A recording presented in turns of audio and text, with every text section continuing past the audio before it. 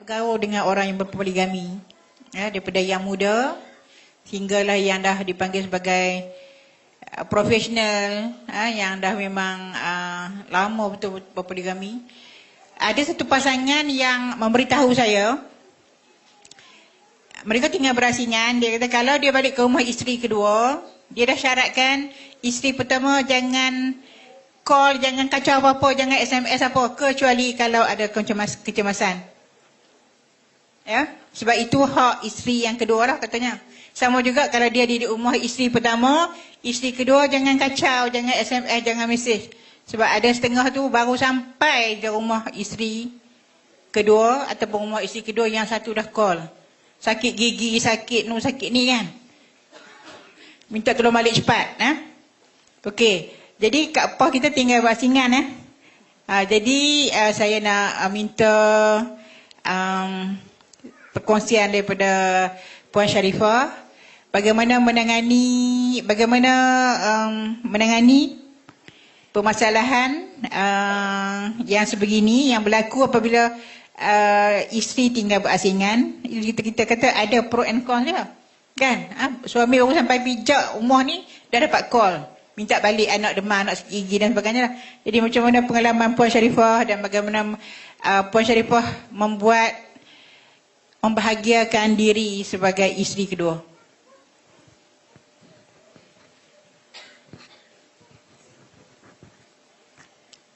Okey, saya isteri kedua. Madu saya tinggal di Shah Alam. Okay. Saya tinggal di Pulau Pinang.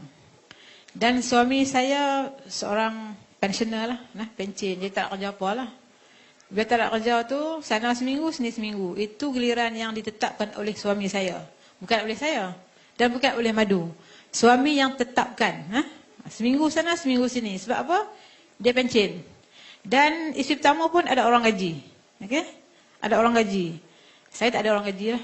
Jadi, timbul masalah sakit demam itu, isteri ada orang jaga. Ada orang gaji dan ada anak yang tinggal bersama isteri. Saya pun tinggal dengan anak saya. Jadi kalau seminggu suami di sana, seminggu di sini, setakat hari ini yang saya kahwin, belum ada lagi masalah. Abang balik ya demam. Tak ada masalah tu, tak berlaku. Sebab sakit masing-masing, pandai jaga diri masing-masing. Saya ke demam pun kadang tak mesej pun kat suami. Sayang demam lah bang. Tak mesej pun. Saya kalau suami balik sana, saya tak minat kan nak mesej, nak kacau. Tak minat. Sebab saya banyak kerja. Saya banyak kerja dan saya ada 6 anak. Saya ada kerjaya peguam bela, peguam cara dan saya juga menulis di Facebook. Saya juga buat bisnes. Saya juga buat ubat resdung, buat sendiri. Bila masa saya nak fikir suami saya kat sana, kan? Kau dah buat apa sana, lantak lah. Okey? Itu saya punya style. Dan Madu saya pun so far tak pernah lah duk mesej kacau kau, tak ada.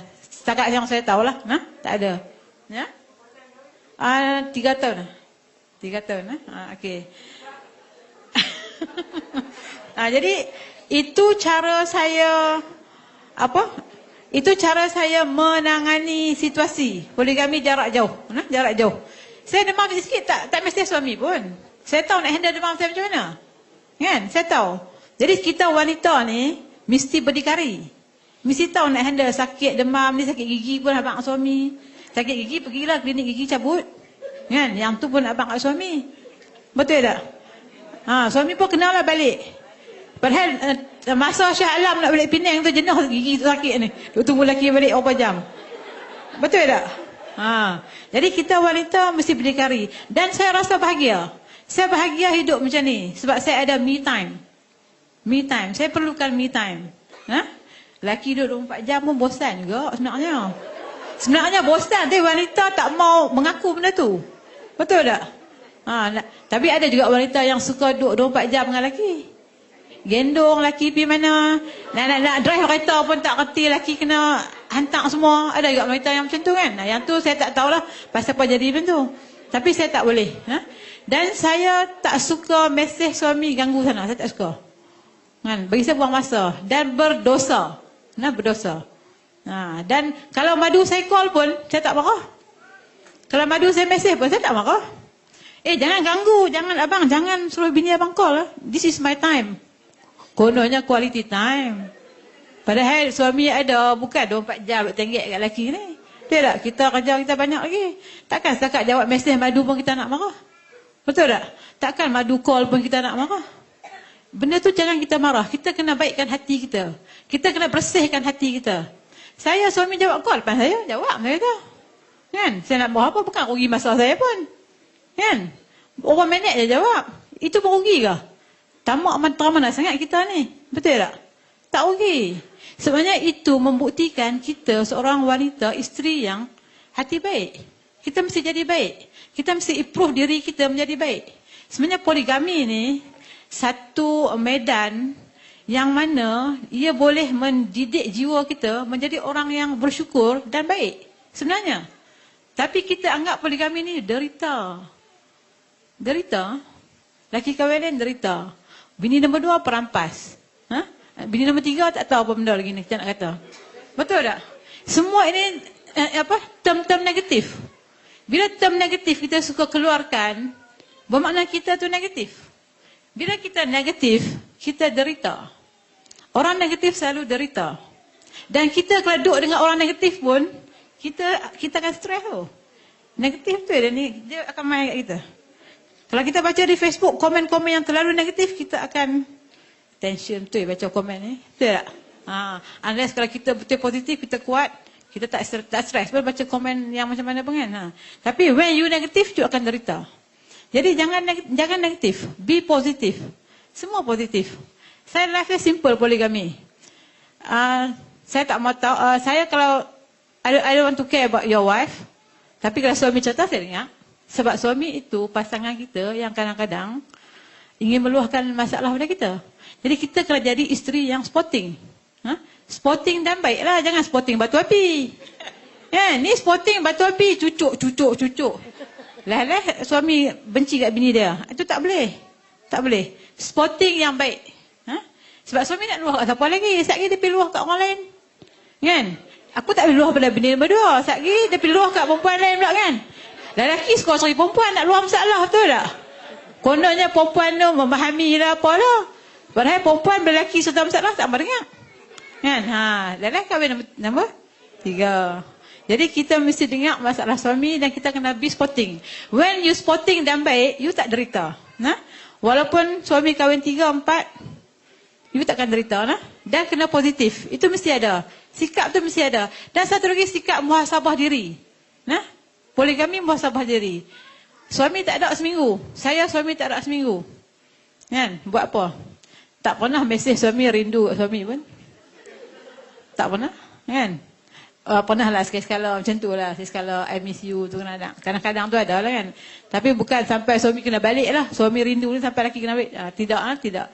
Jadi kita kena letakkan diri kita. Pandai letakkan diri. Macam Puan Hanan kata tadi. Sedang diri lah orang kata. Hang jadi bini kedua, hang jadi bini pertama, hang jadi suami. Tiga-tiga ni kena sedang diri. Dan pandai meletakkan kita di mana. Dan mesti berlaku adil pada diri sendiri. Macam Puan Hanan kata, kita adakah berlaku adil pada diri kita? Kita tak berlaku adil pada diri kita. Kita kena belajar. Belajar berlaku adil. Dan poligami itu sebenarnya menjadikan wanita terkuat. Betul tak? Laki tak ada, semua kena buat sendiri. Kan? Semua kena buat sendiri. Saya daripada start kahwin sampai lah ni, saya tak bergantung pada suami. Saya tak bergantung. Dan saya tak rasa berat pun suami tak ada. Tak rasa berat pun. Sebab apa? Apa nak tahu rahsianya? Nak tahu tak rahsia? Perempuan selalu kata lelaki tak ada, kalau rumah tak boleh buat, jaga anak tak boleh, aku seorang nak kena hantar anak pergi sekolah. Lelaki duk syok dengan bini sana. Kan? Betul tak perempuan suka kata macam tu? Suka jadikan benda remeh-temeh tu alasan untuk menderita. Siapa seorang derita? Kan?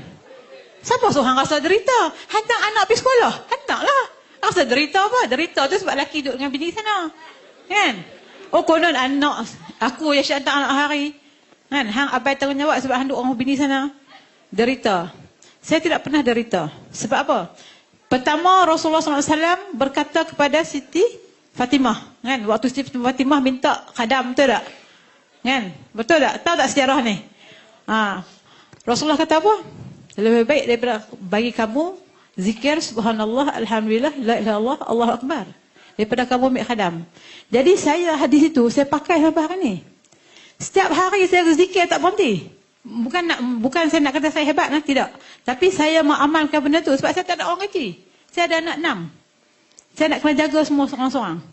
Saya zikir tak berhenti. Di mana sahaja saya ada berada, selagi saya ingat saya zikir. Kekuatan ada. Sampai orang kata, macam mana Kak Pah boleh bekerja seorang?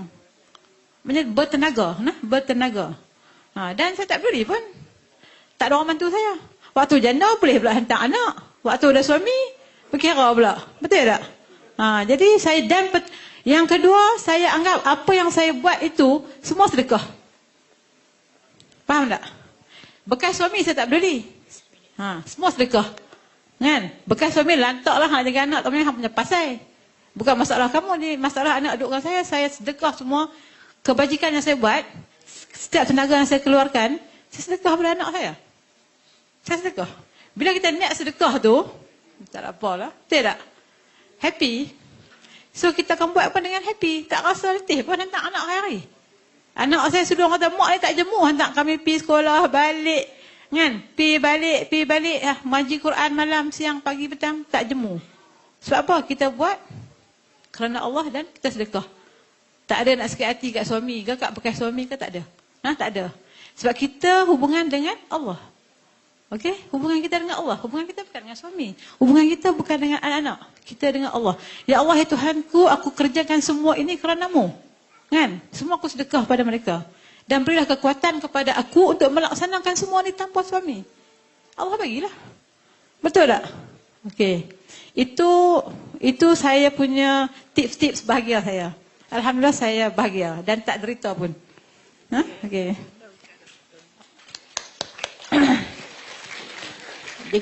Okey, terima kasih Puan Sharifah. Kadang-kadang orang berkata cakap itu mudah, buat itu payah.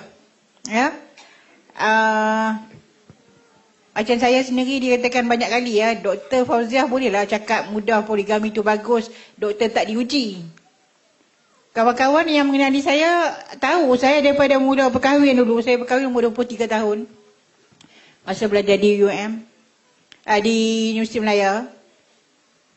Sebelum saya ke London buat master tu, saya dah cakap pada suami saya waktu itu, ayah dan anak saya, kalau nak berkahwin dengan seorang ni, sebab saya tahu dia minat. Dia minat suami masa tu, dia kalau nak kahwin dengan dia, kahwin dah.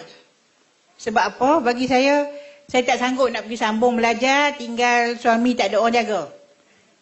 Tapi ayat yang keluar daripada perkataan daripada dia, awak ni tak sayang suami ke? Itu kan. Memang saya tak menentang poligami. Dan lepas balik daripada overseas pun, bila kawan saya menjadi ibu tunggal, kawan baik saya jadi ibu tunggal, sebab dia berkahwin di Australia, tiba-tiba suami yang daripada Pakistan tu hantar surat, I divorce you, surat divorce daripada Australia.